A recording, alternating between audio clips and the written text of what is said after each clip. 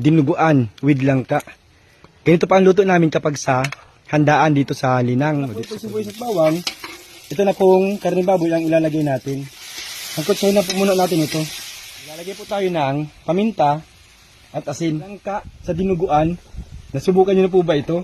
Kayo, anong nilalahok nyo sa dinuguan na gulay? Dalawang buo po yung niyog na gagamitin namin dito. Pag medyo malambot na po yung karne, saka yung langka, ito po yung pinagataan natin. Ikalawang gata po ito. Ito yung una kong ilalagay. Again, isusunod ko na po kaagad yung kakang gata.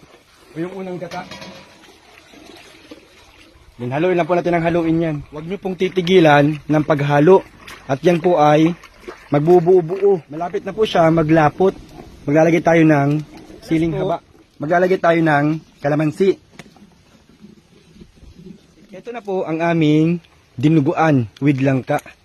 Ganito pa ang luto namin kapag sa handaan dito sa Linang o dito sa probinsya. Si mother na naman ang ating para testing. Masarap.